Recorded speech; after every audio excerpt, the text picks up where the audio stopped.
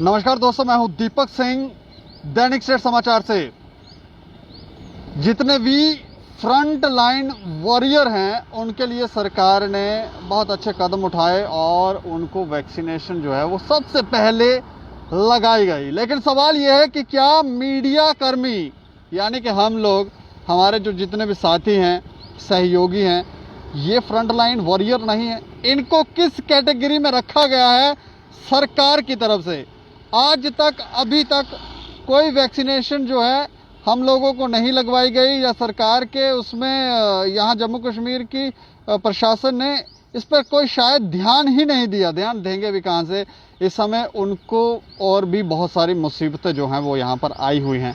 लेकिन ये बहुत बड़ा प्रश्न है कि क्या मीडिया कर्मियों के लिए कोई ऐसी पॉलिसी नहीं होनी चाहिए कि उनके लिए, उनके परिवार को सुरक्षित किया जाए? क्योंकि हर जगह, हर लड़ाई, जहां कोई परेशानी है वहां मीडिया वाले जो हैं, पत्रकार जो हैं, वो वहां पर मौजूद होते हैं। अगर हम लोग वहां पर ना हो तो आवाज एडमिनिस्ट्रेशन तक कैसे पहुंचेगी?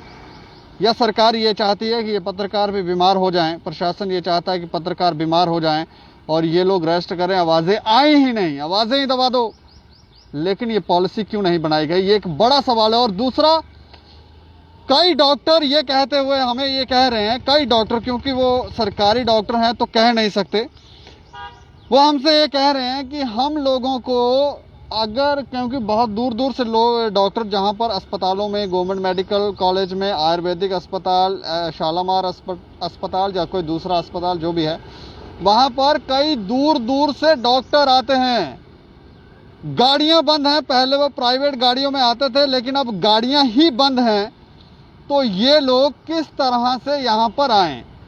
वो हमें कह रहे थे कि हम लोग बाइक से या कोई गाड़ी आ रही हो उससे लिफ्ट मांगकर कैसे वैसे पहुँच जाते हैं। लेकिन परेशानी जो है वो बढ़ती ही जा रही है और सरकार को उनकी तरफ भी ध्यान देना चाहिए। क्यों नहीं दे रही ये तो वही जाने। लेकिन इस पर बात करेंगे और बात करने के लिए हमारे साथ पत्रकार, हमारे सहयोगी पत्रकार हैं राजेंद्र भगत।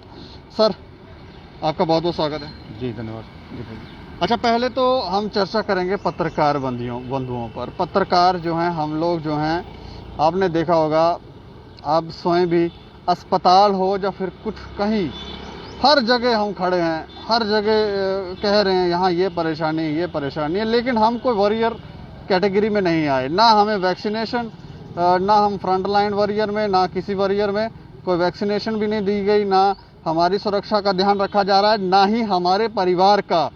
तो ऐसे में होना क्या चाहिए था? देखिए, जो लोग ये डिसाइड करते हैं कि वॉरियर है कौन, योद्धा कौन है, आप लोग तो उनकी धज्जियां उड़ा रहे हो। आधे से ज़्यादा वो डिसाइड करने वाले, जो ये डिसाइड करते हैं कि कौन कोरोना वॉरियर है, तो वो लोग आधे से ज़्यादा तो लिप्त निकल रहे हैं, भ्रष्टाचारी निकल रहे हैं और मीडिया कर्मी ही उनको नंगा कर रहे हैं। तो आप क्या चाहते हैं कि वो लोग आपको भी इस तरह की उपाधि देंगे कि आपको कोई योद्धा नियुक्त करेंगे? इसलिए उनकी कोशिश है कि आप लोगों को किस तरह से हटाया जाए। बिल्कुल। और आप देखिए, यूपी के अंदर मैं देख रहा था कल, वहाँ योगी सरकार ने जो भी वहाँ के जो पत्रकार हैं उन सबको इसकी वैक्सीन की सुविधा उपलब्ध कराई है, उनकी फैमिलीज को, कि वो इमीडिएटली अपने पास कोई भी जो सेंटर बना हुआ है वहाँ जाकर अपने परिवार सहित उनको इंजेक्शन वगैरह दे सकते हैं। लेकिन जम्मू कश्मीर में ऐसी कोई व्यवस्था नहीं है, कोई पूछ ही नहीं रहा। पिछला साल काम किया नहीं तो योगी सरकार से ये लोग सीख लें कुछ से। या तो बहुत ज़्यादा परेशान है इस समय, उनको हड़बड़ाहट में है, समझ नहीं आ रही कि इसको बैलेंस कैसे करना है। क्योंकि ऐसा लगता है तीर जो है वो कमान से निकल गया है और इसे संभालना थोड़ा मुश्किल हो रहा है। हर जगह जाओ, वैसे तो कहते हैं बेड अवेलेबल है, हम लोगों ने ये प्रबंध कर रखे हैं, वो प्रबंध कर रखे हैं। लेकिन अगर हम ग्राउंड लेवल पर ऊपर जाकर देखें तो लोग देखें तो वो परेशान ही परेशान दिखते हैं। तो क्या इन्होंने ये अब उस चीज़ को बैलेंस करने में लगे हैं और पत्रकारों को भूल गए? देखिए, इनकी कोशिश ये है, पत्रकार सब उजागर कर रहे हैं। कल देख रहा था मैं, अस्पताल के अंदर कुछ लोग थे जो बेचारे रो रहे थे, जो अपने परिवार के लोगों की बॉडी लेने के लिए वहाँ लाइन में खड़े थे। आज भी कुछ लोग ऐसे हैं जिन्हें बेड वगैरह नहीं मिल रहा, जो अंदर की बहुत सी चीज़ें ऐसी हैं कि जो किसी को ऑक्सीजन नहीं मिल रहा, किसी को वेंटिलेटर बेड नहीं मिल रहा, जो भी सुविधाएं नहीं मिल रही, वो लोग चिल्ला रहे हैं और मीडिया उनको लाइव में कवरेज दे रहा है। वहाँ एडमिनिस्ट्रेशन कोशिश कर रहा है कि इन पत्रकारों को कैसे खदेड़ा जाए। वो एक लाइन बाउंड्री बना दिया है कि आप कैमरा लेके हॉस्पिटल के अंदर नहीं आ सकते, आप ये नहीं कर सकते, आप वो नहीं कर सकते, यानी कि अंदर जितना भ्रष्टाचार मर्जी हो वो कर सकते हैं, लोग जितने मर्जी मरे हैं। जितना मर्जी मरे। देखिए यहाँ पर ऐसा नहीं चलेगा, या तो वहाँ सीसीटीवी कैमरे होने चाहिए, उनकी सारी रिकॉर्डिंग होनी चाहिए, कौन कैसा देख रेख हो रहा है। जो कोविड वार्ड बने हैं वहाँ कौन सा डॉक्टर कैसे देख रहा है उसके बारे में पूरी जांच होनी चाहिए। और दूसरा मैं कहूँगा कि ऐसा नहीं है कि डॉक्टर गलत है, यहाँ पर डॉक्टर ए क्लास की सुविधा दे रहे हैं। मैं मानता हूँ कि इस समय केवल अगर किसी को कोरोना वॉरियर का उपाधि मिलनी चाहिए वो केवल और केवल डॉक्टर, और दूसरा उसके बाद सफाई कर्मी, वो जो अस्पतालों के अंदर कोविड पेशेंट के आसपास उनकी गंदगी साफ कर रहे हैं। इसके अलावा कोई नहीं मतलब कोई भी नहीं, हम भी नहीं। पुलिस कर्मी भी नहीं सर, पुलिस कर्मी नाके पर खड़ा तैनात है। मुझे हंसी आ जाएगी, जहाँ मैं खड़ा हूँ अगर कैमरा घुमाएंगे तो मेरे अगल नहीं घुमाएं, मैं चाहता हूँ नहीं घुमाएं, तो बिना मास्क के देखे जाएंगे पुलिसकर्मी। तो मैं चाहता हूँ इनको कोई कोरोना नहीं, इनको कोई खतरा नहीं है। मैं यही तो कह रहा हूँ, ये सारी चीज़ें जो हैं, अब इसमें ये ना हो कि हम इल्ज़ाम लगा रहे हैं। मैं बोलता हूँ कहीं भी आप देखें कोरोना वायरस गलत है तो वो गलत है, उसमें क्या है। ये लोग 500 का चालान काट देते हैं जी, आपने मास्क क्यों नहीं पहना, खुद पहन नहीं रहे हैं। देखिए इसमें भी जो लोग ड्यूटी दे रहे हैं रोड पर इस धूप में, कड़कती धूप में, और कोरोना के टाइम में जो लोग ड्यूटी दे रहे हैं ना, मैं उनका भी सम्मान करता हूँ, क्योंकि ये मुश्किल घड़ी है। पर मैं कहता हूँ आप कोई बड़ा सम्मान कोरोना वॉरियर नहीं, वॉरियर मत दे। आप उन्हें समय की ड्यूटी के टाइम पर जो सुविधाएं उन्हें दे सकते हैं, मास्क उपलब्ध करा सकते हैं, आने जाने की सुविधाएं उपलब्ध करा सकते हैं, करा दीजिए, इतना ही काफ़ी है। और रही बात मीडिया की, मैं फिर से निवेदन करूंगा, क्योंकि यहाँ का कोई मिनिस्टर लोग जो लोग हमारे लिए नियुक्त करते हैं कि इनको कैसी सुविधा देनी चाहिए, वो लोग सारे भ्रष्टाचार में लिप्त हो गए हैं, वो पकड़े जा रहे हैं। कोई माफिया के नाम पर, कोई भूमाफिया, कोई खनन के नाम पर सारे बेनकाब हो रहे हैं। मैं सीधा और सीधा सिर्फ राज्यपाल महोदय से ये निवेदन करना चाहूँगा कि हमें केवल आप पर ही उम्मीद है, और हमें पता है कि आप हमेशा से जो डिसीजन लेते हैं वो सही डिसीजन लेते हैं। और हम चाहते हैं कि इस समय मीडिया कर्मी जो है, उनके जो परिवार के लोग हैं, जब भी हम लोग बाहर से घर जाते हैं तो हमें वो बाहर ही कपड़े उतारने पड़ते हैं, देखना पड़ता है। आप यकीन माने हम लोग कितना टाइम बाहर मतलब बरामदे में बैठे रहते हैं, उस तरह बैठे रहते हैं, डरते रहते हैं कि हमसे कोई इन्फेक्शन घर में ना चला जाए। तो मैं चाहता हूं कि हमारे जो परिवार हैं, मीडिया कर्मी जितने भी लोग हैं, उनके जो परिवार हैं, उनको ये डेटों में और एज में ना डालकर उनको इमीडिएटली वैक्सीन की सुविधा उपलब्ध कराई जाए। कितने लोग हैं, कितने हो जाएंगे, 200-400 हो जाएंगे, इससे ज़्यादा नहीं है। तो मैं चाहता हूँ ये इमीडिएटली ये सुविधा दिलवाई जाए, ताकि खुद को भी हम लोग सुरक्षित कर सकें और हम लोग धड़ल्ले से अपना काम कर सकें। और दूसरा एक बात और है कि कोविड फैल रहा है, लगातार फैल जा रहा है।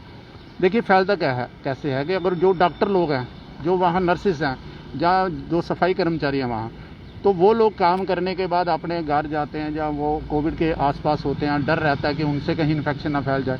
तो मेरे निवेदन होगा कि उनके परिवारों को भी, जो उनके परिवार हैं, चाहे वो किसी भी आयु ग्रुप में आते हैं, इमीडिएटली उनको भी वैक्सीन जो है दी जाए, ताकि जहाँ से ये फैलाव का कोई बनता है तो वहाँ पर ये चीज़ जो है वो आगे फैलाव ना हो। और जो पेशेंट कोविड के इनके पास जो पेशेंट आ रहे हैं, इमीडिएटली उस परिवार को, जिस परिवार से कोविड का एक पेशेंट आता है, उसके परिवार के सभी लोगों को वैक्सीन दी जाए। ये इसमें प्राथमिकता करें ना कि कम से कम वहाँ ना फैले। आप एक आदमी कोविड पेशेंट बन जाता है, उसके बाद आप उसके टेस्ट करते हो, फिर आप उसको घर में बंद कर देते हो, जो नहीं है उनको भी आप ऐसे कर देते हो, आप 14 दिन रहो, 15 दिन रहो। आजकल ऐसा नहीं कर रहे हैं, आजकल बहुत समझदार हो गए हैं, इन्होंने अटेंडेंट रखे हैं। ये कहते हैं कि अगर आपका पेशेंट पॉजिटिव है, आप सेवाएं करें, सेवाएं दें, कोई आपको प्रिकॉशन लेने की ज़रूरत नहीं, कोई पीपी किट नहीं। पीपी किट डॉक्टर पहन सकते हैं, अटेंडेंट नहीं। फिर वो बाहर घूमें, बाहर चिल्लाएँ, शोर मचाएँ, कोई लेना देना नहीं है। अब ये प्रिकॉशंस ले रहे हैं, ये कहते हैं कोई टेंशन नहीं है, आप ऐसा मत करें, आप पेशेंटों के साथ रहें। ये कैसे देख रहे हैं आप? देखिए वही बात तो वही आ गई। कल जैसे एक व्यक्ति थे वहाँ, कल जिनके हॉस्पिटल के अंदर उनके फादर की डेथ हो गई, वो व्यक्ति उनके पास बिना किट वगैरह वो कब से सेवा कर रहा है, उनके बार बार कर रहा है। जो ही उनकी डेथ हो जाती है तो बॉडी उसको नहीं दी जाती कि भाई इसमें कोविड है। वो व्यक्ति खुद बोल रहा है कि भाई साहब मैं पिछले 2-3 दिन से बिना इनकी सेवा कर रहा हूँ, इनको दबा रहा हूँ, पुश कर रहा हूँ, सब कुछ कर रहा हूँ, तब तुम लोग नहीं आए। अब जब ये इनकी डेथ हो गई है तो आपने दिखाने के लिए बोल रहे हो कि भैया हट जाओ पीछे, अब आपसे कोविड फैल जाएगा, ये हो जाएगा, हम डेड बॉडी नहीं देंगे। तो मसला ये है कि कम से कम इस सिस्टम को सीधा कौन करेगा, कौन करेगा इसको सीधा। और जहाँ जहाँ आपको ये लग रहा है कि यहाँ से ये चीज़ें लीक हो रही हैं, वहाँ अगर आपके दिमाग में खुद नहीं आता, मुझे पता है कि जो बड़ी बड़ी कुर्सियों पर बैठे होते हैं वो परोसे गए होते हैं, क्योंकि बाप बड़ा पोस्ट पर है, उसका बेटा आ गया बड़े पोस्ट पर, ग्राउंड में उसको नहीं पता कि ये फैलता कैसे है, कैसे हो रहा है। तो मैं चाहता हूँ कि कम से कम जो लोग मीडिया बता रही है, मीडिया बार बार बता रही है, जो अच्छे लोग वहाँ बता रहे हैं, जो राय दे रहे हैं, उनको तो आधार बना लें आप। और दूसरा नंबर, यहाँ अभी मैं गया था आयुर्वेदिक हॉस्पिटल में, कल की भी बात करूंगा, मैं फ़ोन कर रहा था अपने एक मित्र से, तो वो कह रहा था कि मुझे जम्मू तक पहुंचना है लेकिन मुझे कोई गाड़ी नहीं मिल रही, और वहाँ पर मुझे हॉस्पिटल भी पहुंचना है, मेरी वहाँ पेशेंट है, मुझे ड्यूटी पर पहुंचना है, लेकिन मेरे पास कोई सुविधा नहीं, मैं जाऊँ तो जाऊँ कैसे। बिल्कुल। और जब वो यहाँ पहुँच गया किसी से लिफ्ट लेके, अब उसको वापस जाने का मसला है। यही चीज़ वहाँ लेडी से एक मिली मुझे, उसको कठुआ में जाना है, लेकिन वो बेचारी इतनी परेशान है कि कठुआ में जाए कैसे। वो पूरा दिन यही सोचती रहती है कि आज मुझे छुट्टी के बाद मैं घर कैसे पहुंचूंगी। तो कम से कम ये जो कर्मचारी, मेडिकल के डिपार्टमेंट के जो कर्मचारी हैं, जो दूसरी डिस्ट्रिक्टों से जम्मू में आकर अपनी सेवाएं दे रहे हैं इस कोविड काल में, तो भाई उनके लिए कम से कम 2-4 बसें लगा दो आप जम्मू सिटी के अंदर कोई 2-3 बसें लगा दो। कम से कम जो भी कर्मचारी इस तरह के हैं मेडिकल डिपार्टमेंट के, चाहे वो किसी भी हॉस्पिटल के हैं, या कोई सफाई कर्मी है जो बाहर से लगे हुए हैं यहाँ पर, उनको कम से कम प्रबंध तो हो उनको अपने घर में जाने का। आप एक यहाँ से अगर गाड़ी कठुआ के लिए जाती है तो वो बड़ी ब्राह्मणा से होकर सांबा होते हैं, उसके बाद कठुआ में होती है, और 3 डिस्ट्रिक्टें जो होती है एक गाड़ी कवर कर लेती है। तो यही चीज़ सुबह और शाम अगर एक बार हो जाए तो कितने लोगों को हम लोग सही समय पर भी पहुंचा सकते हैं, और वो लोग भी आकर कर सकते हैं, आपके लोगों की जान भी बचा सकते हैं। हाँ, उनकी जान बचाना जरूरी है। और दूसरा नंबर, उन लोगों के जो परिवार हैं, उनके परिवारों को भी इंजेक्शन की सुविधा जो है वो मिलनी चाहिए कि इमीडिएटली मिले, वो भी बेचारे डरे हुए हैं। जो लोग सीधा डायरेक्टली लोगों के संपर्क में आ सकते हैं, जिनसे फैलाव हो सकता है संक्रमण का, कम से कम उनको और उनके परिवारों को सुरक्षित करें ताकि आगे ना बढ़े। आप चैन तो तोड़ना चाहते हो, आप दरवाजे बंद करके चैन तोड़ना चाहते हो, बंद करके चैन कैसे टूटेगी। आप घर में एक आदमी को बैठा दो, उसको संक्रमण हुआ है, वो भैया चैन कैसे टूटेगी, उसके घर को तो पूरे को हो जाएगी। अगर गलती से उनके घर का एक व्यक्ति भी कहीं घूम के दूसरे घर में चला गया तो वहाँ भी सबको हो जाएगी।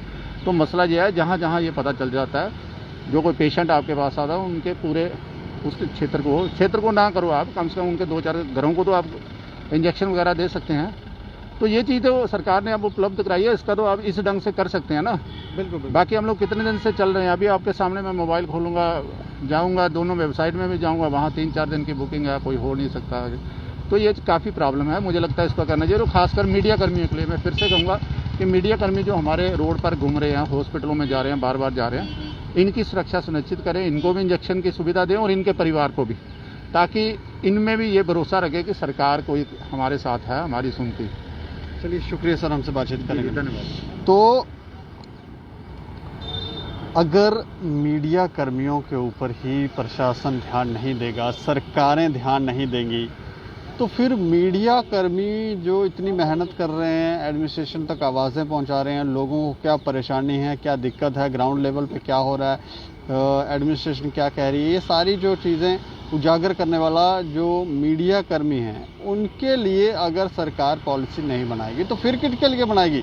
तो ये एक अच्छा हमारी तरफ से एक आवाज़ उठाई गई है कि मीडिया कर्मियों को भी प्रेफर किया जाए, उनको भी वैक्सीनेशन जो है वो लगाई जाए और पहले लगाई जाए, ताकि ये लोग अपनी लड़ाई जो है, जो लड़ रहे हैं इस संक्रमण से लोगों को बचाने का जो दायित्व, जो बेड़ा इन्होंने उठाया हुआ है, उसमें ये लोग प्रशासन की मदद कर सकें। बाकी गवर्नमेंट एम्प्लॉयज़ जो बाहर से आ रहे हैं उनके लिए भी ध्यान दें, ताकि वो उनके लिए कोई गाड़ियाँ उपलब्ध करवाएं, ताकि वो घर तक पहुँचवाएँ। बाकी अब देखते हैं दैनिक सवेरा समाचार। मुझे और मेरे सहयोगी करुण डोगरा को दें इजाज़त। नमस्कार।